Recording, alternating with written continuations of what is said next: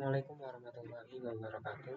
Perkenalkan, nama saya Lutfi Syarniatorik, dan di video ini saya ingin mengajak kalian melihat salah satu masalah terbesar yang sedang dihadapi planet kita, yaitu krisis ekologi.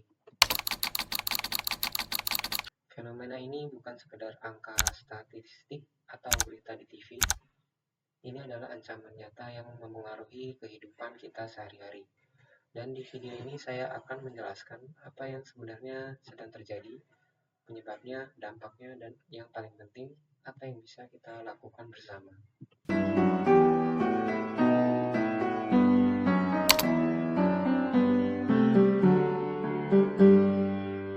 Krisis ekologi adalah kondisi ketika lingkungan bumi mengalami kerusakan serius dan tidak lagi mampu menjalankan fungsinya secara optimal.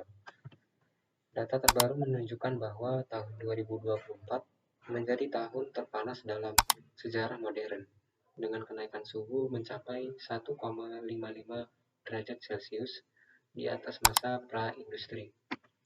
Hutan dunia juga terus menyusut, lebih dari 29 juta hektar tutupan pohon hilang dalam 1 tahun. Sementara itu, jutaan ton plastik masuk ke laut setiap tahunnya, mencemari ekosistem dan membahayakan makhluk hidup termasuk manusia. Fenomena ini menjadi bukti bahwa bumi sedang berada dalam kondisi darurat. Lalu, apa saja penyebab utama krisis ekologi? Yang pertama, aktivitas industri yang tidak ramah lingkungan. Banyak industri menghasilkan gas rumah kaca, limbah kimia, dan polusi udara dalam jumlah besar.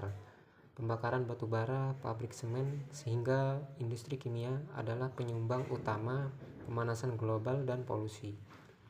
Yang kedua, deforestasi dan perubahan lahan. Pembukaan lahan untuk perkebunan, pertambangan, dan pemukiman telah menghancurkan jutaan hektar ekosistem alami. Ketika hutan hilang, kita kehilangan penyerap karbon terbaik yang kita miliki. Yang ketiga, emisi kendaraan bermotor. Jumlah kendaraan terus meningkat. Setiap hari jutaan mobil dan motor mengeluarkan karbon monoksida, CO2, dan polutan lainnya yang memperburuk kualitas udara dan menaikkan suhu global. Yang keempat, polusi dari limbah rumah tangga. Sampah plastik, deterjen, dan limbah cair rumah tangga mengalir ke sungai dan laut. Plastik yang tidak terurai dapat bertahun ratusan tahun dan merusak kehidupan laut. Yang kelima, konsumsi berlebihan. Gaya hidup modern memicu penggunaan energi dan barang sekali pakai. Semakin tinggi konsumsi, maka semakin besar kebutuhan produksi, dan semakin besar pula tekanan pada alam. Dampak krisis ekologi kini semakin jelas terasa. Cuaca ekstrim seperti banjir besar, kekeringan panjang, dan kebakaran hutan terjadi lebih sering dan lebih parah. Kepunahan spesies meningkat karena habitat hancur, polusi udara menyebabkan penyakit pernapasan, bahkan ketahanan pangan dan ketersediaan air bersih ikut terancam. Jika dibiarkan, krisis ini bukan hanya merusak alam, tapi juga mengancam kehidupan manusia dan generasi mendatang. Krisis ekologi hanya bisa diatasi jika kita semua ikut bergerak. Berikut langkah yang dapat dilakukan oleh setiap individu dan komunitas. Solusi untuk individu: yang pertama, kurangi plastik sekali pakai. Mulailah dari hal sederhana seperti membawa botol minum sendiri, memakai tas kain, dan menghindari plastik sekali pakai. Setiap potongan plastik yang tidak kita gunakan berarti lebih sedikit sampah yang berakhir di laut. Yang kedua, hemat energi di rumah. Hemat energi dengan mematikan lampu saat tidak digunakan, mencabut charger, dan menggunakan alat elektronik hemat listrik. Kebiasaan kecil ini membantu mengurangi emisi gas rumah kaca.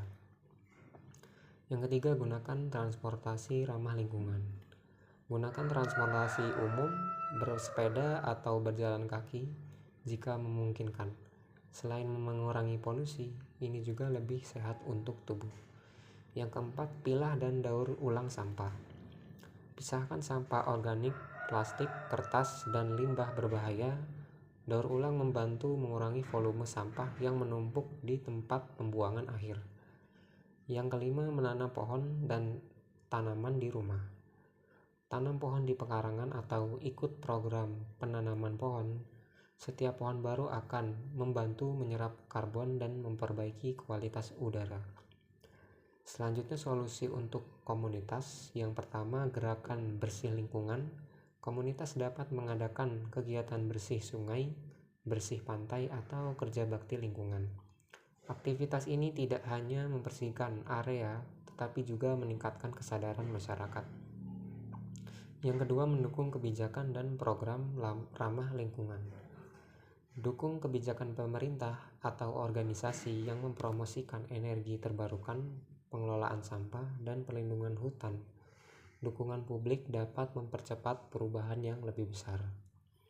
Yang ketiga, ikut edukasi lingkungan. Bagikan pengetahuan tentang pentingnya menjaga lingkungan melalui seminar, media sosial, atau kegiatan komunitas. Edukasi yang baik dapat menciptakan generasi yang lebih peduli bumi. Tidak ada tindakan yang terlalu kecil. Satu langkah dari kita mungkin terlihat sederhana, tetapi ketika jutaan orang melakukannya bersama, hasilnya sangat besar. Mulailah dari diri sendiri, ajak keluarga, dan gerakan komunitas. Sekarang adalah waktu yang paling tepat untuk bertindak. Mari kurangi jejak karbon, lindungi alam, dan jadilah bagian dari perubahan positif.